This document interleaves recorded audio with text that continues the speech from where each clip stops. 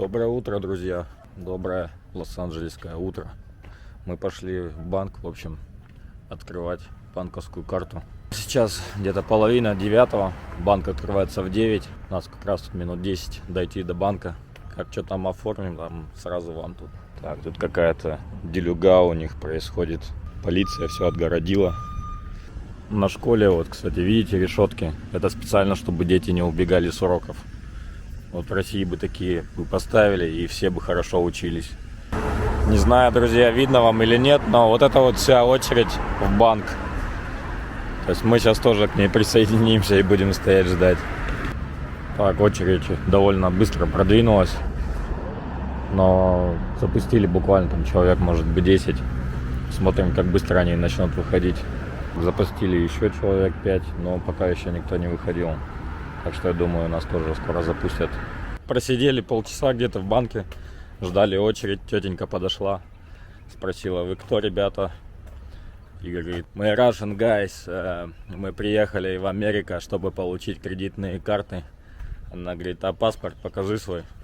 Игорь ей дал паспорт, она говорит: о, сори, ваш паспорт здесь бумажка, которой надо в туалет ходить, подтираться. Мы такие: окей, поняли. Сейчас принесем вам вашу бумажку. Вот, в общем, пошли за своими документами, которые нам любезно предоставили американцы. Пойдем попробуем с ними уже открыть дебетовую карту и кредитную. В общем, мы взяли документы свои, пошли в ближайший банк, здесь Chase находится. К тетеньке подошли, говорим: нам нужна кредитная карта и дебетовый, счет. Она говорит: а у вас есть адрес? Мы: да, вот, типа Airbnb. Она такая: не, типа Airbnb не считается. Вам нужен, типа, счета на оплату, там, электричества, воды, газа, что-нибудь такое. Либо договор аренды. В общем, она отказалась. Дальше идем сейчас в другой банк, куда-нибудь попробуем. Возможно, там и не будут сильно прикапываться к адресу с Airbnb. Думаете, друзья, только в России один работает и 10 человек смотрят? Нет, тут тоже такая же система. Сходили, покушали в Карлос Джуниор. Вроде правильно назвал. Бургер на 1500 калорий. Там еще картошка, кола. $11 вышло с копейками. Но хватает вообще надолго. Сейчас идем до почты. Нам надо изменить адрес, на который нам будут присылать миграционные документы все. То есть, если не изменить адрес, когда вы переехали в другое место, то все письма будут приходить по старому адресу. Поэтому изменение адреса это очень влияет. То есть, если вы письмо не получили из миграционки, то они не обязаны вас другим способом как-то уведомить. Поэтому меняйте адрес, когда вы только переезжаете в любое место другое. В общем, пришли мы... Так, сейчас я бумажки уберу. Пришли мы на почту, нам дали вот такой вот бланк, где вы пишете все свои данные, старый адрес, новый адрес. И я так понял, им надо отдать ручки вообще, вон, видите, как в России, антивандальные и защищенные скотчем. Такие же антивандальные весы, правда, их уже кто-то сломал. Ладно, сейчас заполним все, что здесь нам надо. По строчкам с вами пройдемся. Пишем last name, то есть вашу фамилию. First name, пишем ваше имя. Так, имя, фамилию написали. То есть вот здесь указывается город, указывается штат. Но я так понимаю, 2 буквы, то есть Калифорния. Zip-код, где проживали раньше.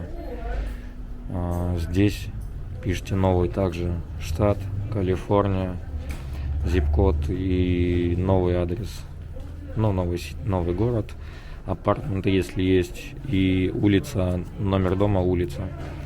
Так, ну все, заполнили, отдали тетеньке, она нам сказала, что от 7 до 10 дней где-то будет изменен адрес. Поэтому, придется ждать. Надеюсь, они успеют изменить адрес до того, как мы съедем с этого дома. Вот, друзья, пришли вот в такую вот CVS Pharmacy называется аптека. Говорят, очень крупная. Сейчас посмотрим, что мы там сможем найти от кашля.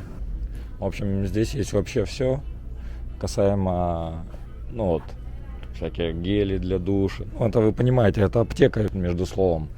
То есть здесь есть вот всякие ванные принадлежности, есть не только медицинские принадлежности, есть вот, видели где-нибудь в России, чтобы фен продавался в аптеке или завивка для волос там, или как это называется. Мне, кстати, на расческу, а то я нечесанный хожу уже сколько. Так, и мне надо найти что-то от кашля. Вот, кстати, ибупрофен. Очень хорошие таблетки от головы. Вот такая баночка ибупрофена, $10. Но это получается желатиновая капсула. О, Вольтарен. Вольтарен, вот что-то знакомое, Вольтарен. Я знаю, что это от боли, от какой-то в спине, там еще где-то.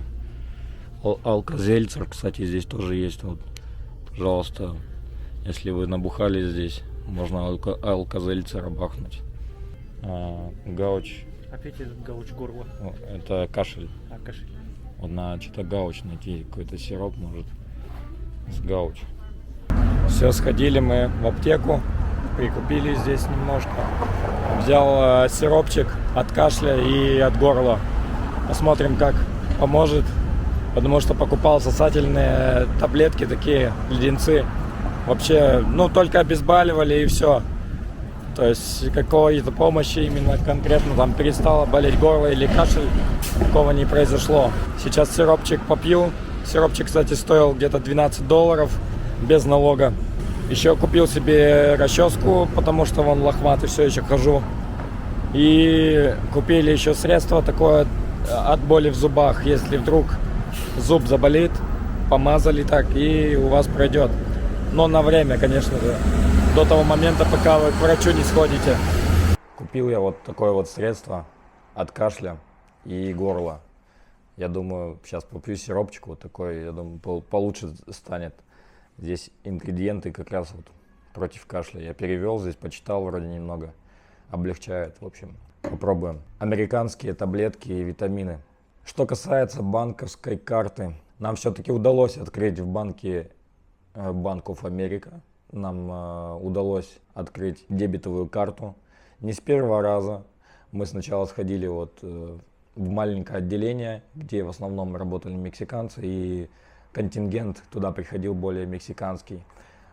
Нам там отказали, сказали, вам нужен адрес и бла-бла-бла, идите отсюда. Типа миграционная служба, которая нам выдала документы, мы их взяли и пошли в центр района Кореатаун. Там, где находятся в основном все банки в одной эрии вот этой. Но у нас ничего нету, тоже хозяин дома Airbnb нам не хотел договор оформлять. Только сказал, после того, как Airbnb закончится, дальше вы можете снимать уже по договору. Собственно, мы не пошли обратно к хозяину договариваться насчет договора, чтобы он все-таки нам оформил. Мы пошли в следующий банк.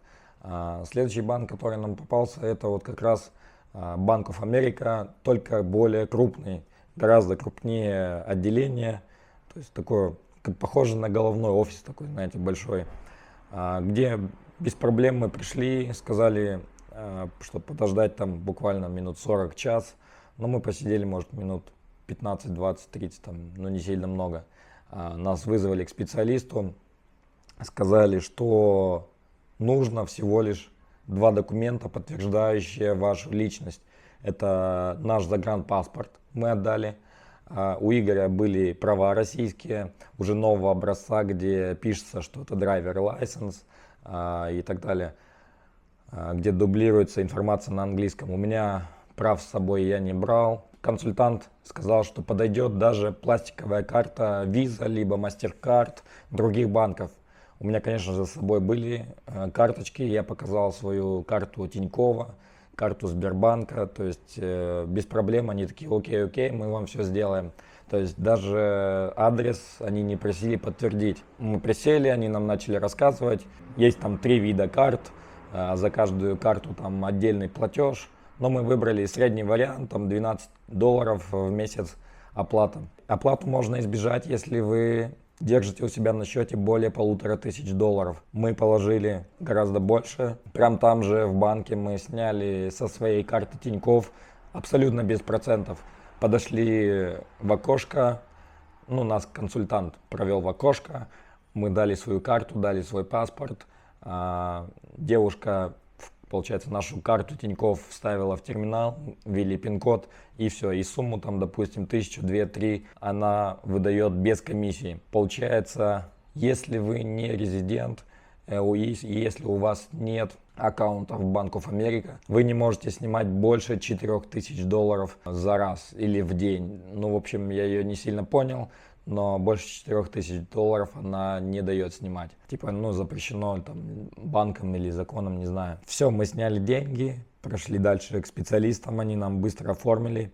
Какую информацию требуют? Ваш российский адрес, ваш адрес, который здесь, куда вам придет ваша карта. Сразу же вам делают аккаунт приложения Bank of America, где вы можете отслеживать сразу же состояние вашего лицевого счета. Я тут же оформил, установил приложение, зашел под аккаунтом, который создал мне специалист. И там уже буквально, когда я положил деньги, сумма вся отобразилась. В процессе оформления нам выдали чеки. То есть 3 беспролатных чека для каких-либо платежей. Я так понимаю, это делается для того, чтобы пока карта вам идет на ваш адрес, вы могли что-то оплачивать с помощью этих чеков. Все оформление заняло где-то около часа, может быть больше. Но с горем пополам мы выполнили эту миссию. И сейчас у нас есть домашний адрес, где мы здесь живем. У нас будет карта. Когда вы оформляете карту, вам дается листок, на котором также указан ваш адрес. Это вам будет плюсом при оформлении, допустим, driver license или drive-in. Мы хотели оформить также кредитную карту, такую, которую вы свои деньги ложите. То есть, получается, банк оформляет кредит под ваши деньги. То есть вы даете деньги и ими пользуетесь.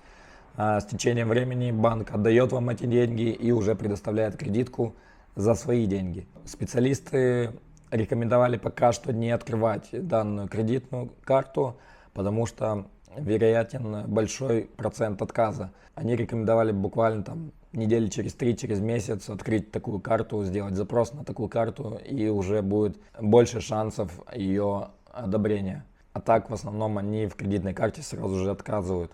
И все специалисты сразу же вам дают визитные карточки, чтобы только к ним записывайтесь, звоните, они вам все специально расскажут, покажут, все сделают, проконсультируют вас.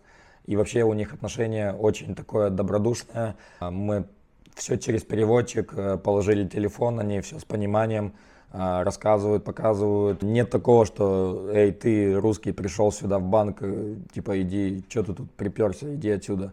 С пониманием относятся, что ты не знаешь язык, только приехал. Мы им также показывали наши документы миграционные, почему у вас нету визы. Они спросили, когда паспорт полистали, мы им все рассказали, дали наши документы.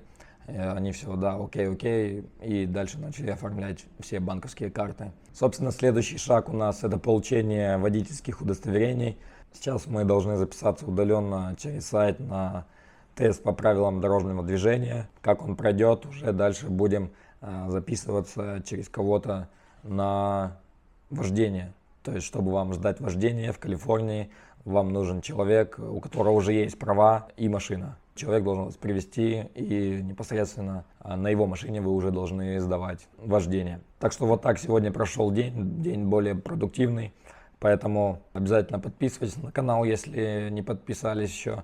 Если есть вопросы, Инстаграм у меня в описании, пишите в комментариях, я также здесь отвечаю. Если понравилось, лайк обязательно нажми, поблагодари, чтобы я дальше старался выпускать интересное для вас видео. И спасибо всем, пока. Выпить еще лекарства, чтобы говорить нормальным голосом. Ваше здоровье.